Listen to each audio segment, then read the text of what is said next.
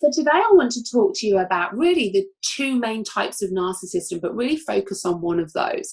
Now, narcissism, like I say, can be categorized predominantly into two things. We have overt narcissists and covert narcissists. Now, the overt narcissist is probably the one most people would associate with being a narcissist. You know, that person who might walk into the room, would have that sense of grandiosity, almost commanding that attention, almost looking like, oh gosh, don't they love themselves? And sadly, in some respects, that's where it's quite damaging, because that's where people think what a narcissist is. So when people then maybe break up from somebody, they're like, oh, my ex is a narcissist. Where actually, yeah, they just love themselves, but that doesn't mean actually that they are suffering with narcissistic personality disorder, because that actually really absolutely strips you to your core with all of that. So the other one I want to talk to you about is a covert narcissist. To me, this is the most dangerous type of narcissist. This was the narcissist that my ex was. And I want to talk to you about why a covert narcissist is so dangerous, and maybe see if you can relate to this as well. So when we diagnose narcissistic personality disorder, that you have to have 5 of 9 traits that are listed in the DSM. So the DSM is the Diagnostical and Statistical Manual, and it's what the American Psychological Association will use to diagnose personality disorders, mental health disorders. And to be diagnosed with NPD, you have to have 5, like I say, of these 9 traits. But when we're dealing with a covert narcissist, it goes a little bit deeper than all of that as well. And a covert narcissist presents not really like a typical narcissist. So not the narcissist that most people would think.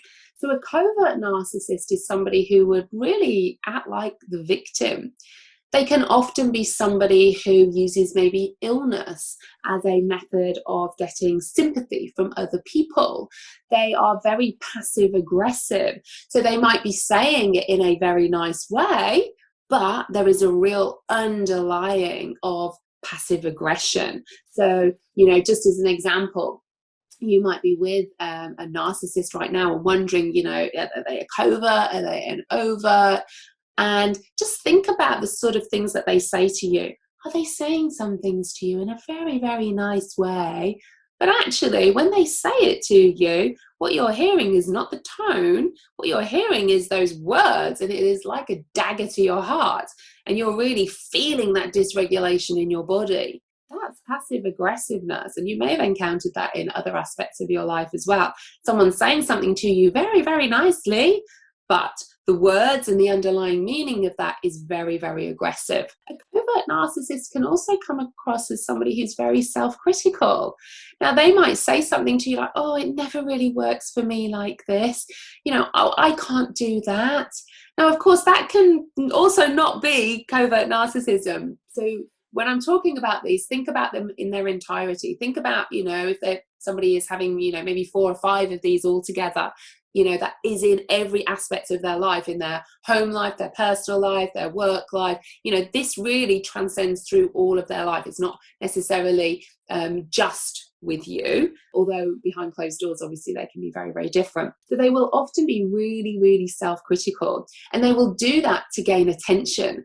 So I certainly know I had a friend, well, no longer a friend, a while ago, who was always talking about, oh, I can't do this, or no one will like me, no one will this, you know, this is too hard for me to do. Because of course, me as her friend, as the codependent at the time, would be like, oh, of course you can do this, you are amazing.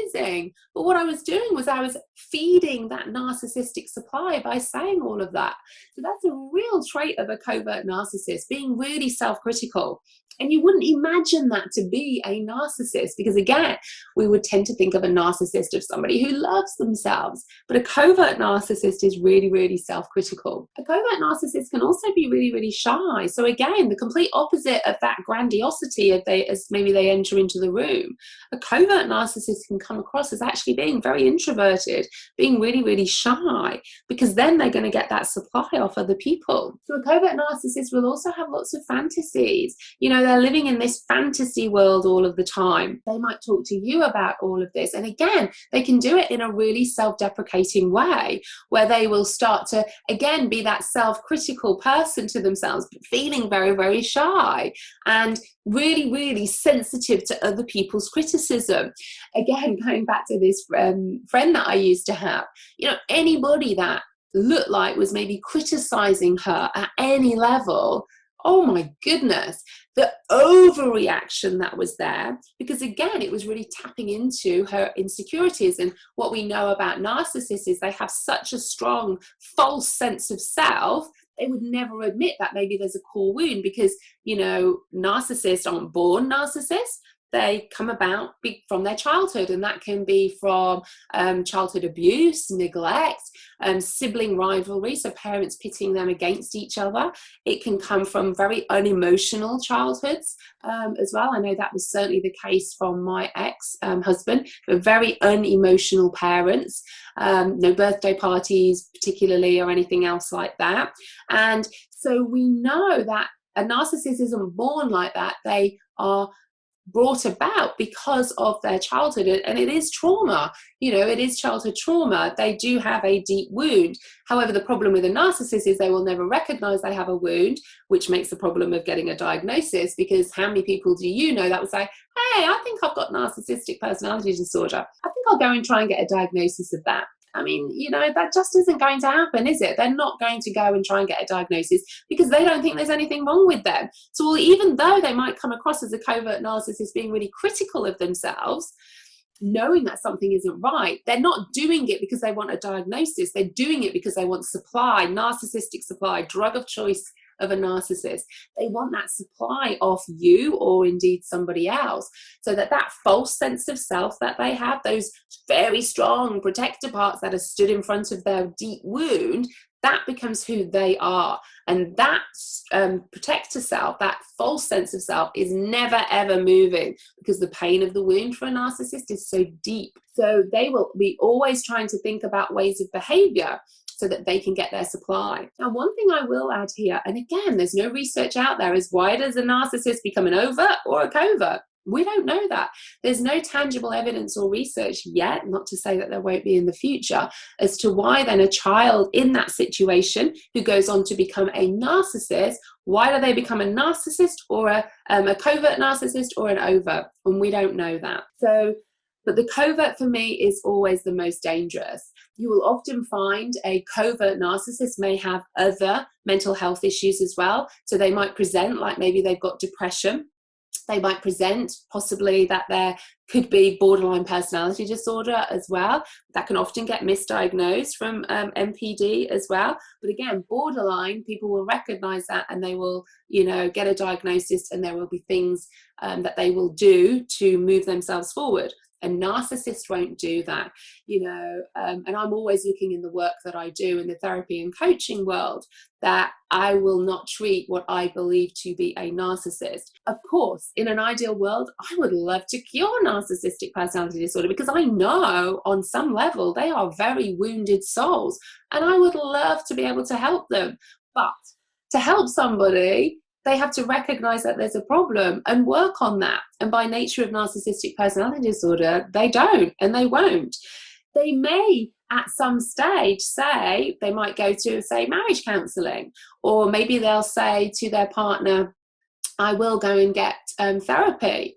But they're not doing it because they want to cure themselves. They're doing it because they think that's what the other person needs them to do for them to carry on getting the supply. So they're not doing it for the right reasons, because they don't actually believe that there's anything wrong with them. They think it's everybody else, because that real false sense of self is standing so strong, it's projecting that out onto other people. So the covert narcissist will also hold lots of grudges. So do you have somebody in your life that maybe you're recognizing all of this and you think, oh yeah, I think they might be a covert narcissist, and they will hold on to a grudge till the ends of the earth. They won't let it go, because it's like you found them out, or you've done something to them, and my goodness, will you pay for that? They won't forget. They will hold on to that grudge.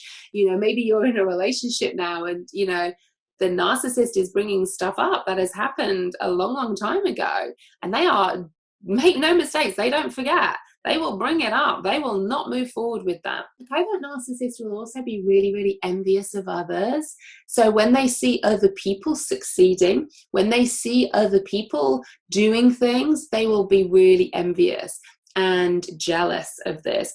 And that will come out with maybe them trying to tear or rip that other person down. I see this a lot obviously being a therapist and coach, I use a lot of social media. And I see a lot of other coaches and therapists online.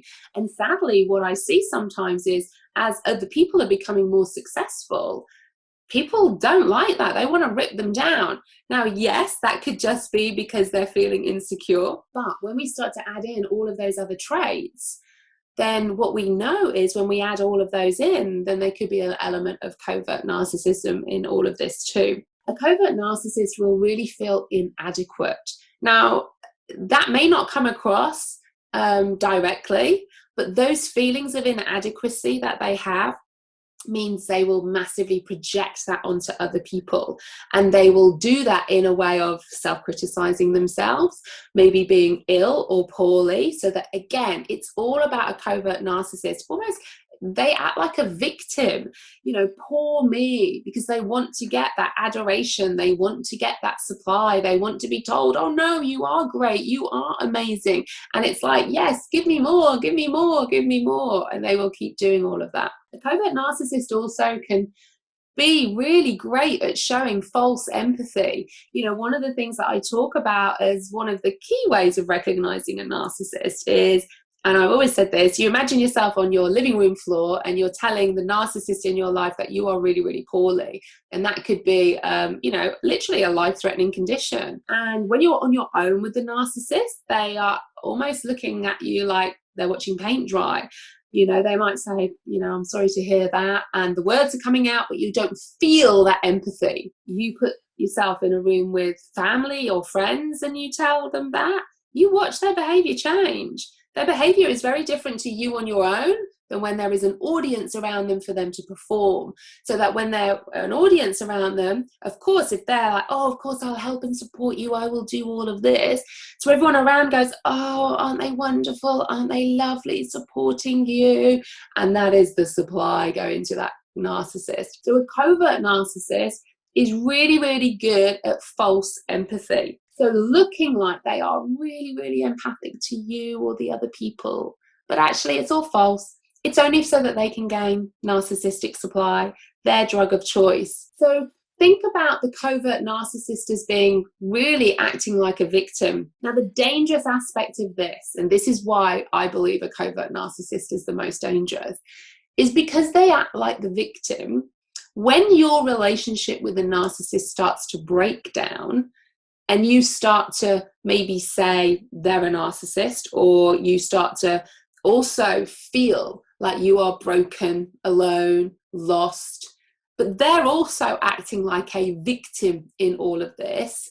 What makes it really hard then is those people that are around you, who do they believe? Because remember, they are masters of disguise. They are wolves in sheep's clothing. So they are really able to act like they're the victim in all of this and you're the bad person. And that can make you feel even worse.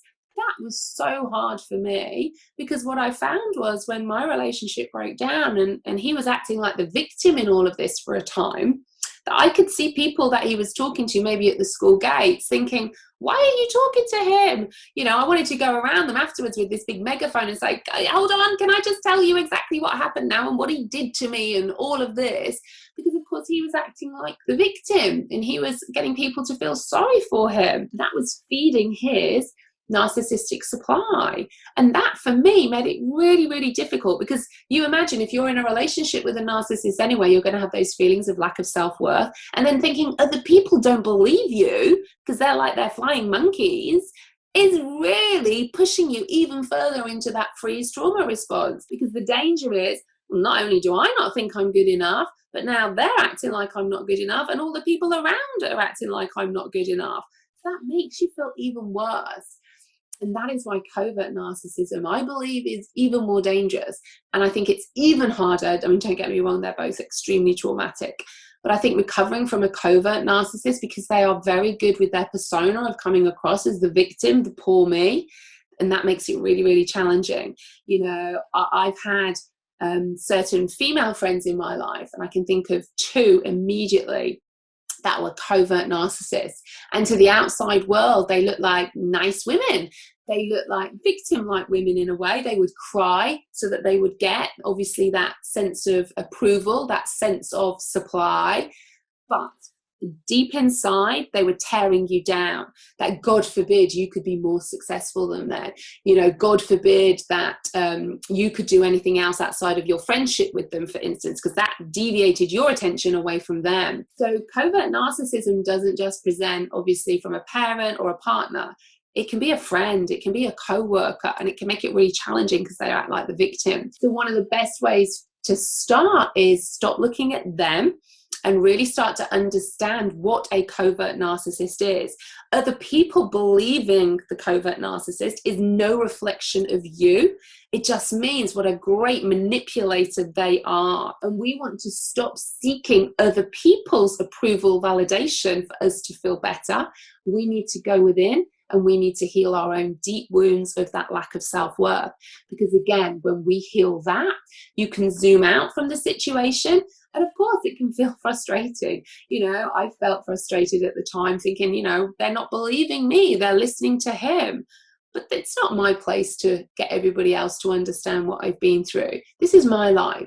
And I want to ensure I live my life to the best of my ability, because I know I deserve to live an amazing life. So holding on to that poison as to maybe why other people are believing them and not you. Well, you believe them for a while, so why shouldn't anybody else? So turn that onto yourself. Every time you feel your energy going to them or other people, make yourself, bring it into an awareness, and then intentionally bring that energy back to yourself. Work on yourself on that deep level. Be intentional with your healing, because at the end of the day, you could keep on going and try and get them to change, try and get everybody in the world to understand what that you have been going through. But really, it's like you drinking rat poison and expecting the rat to die. It's not happening. This is about you.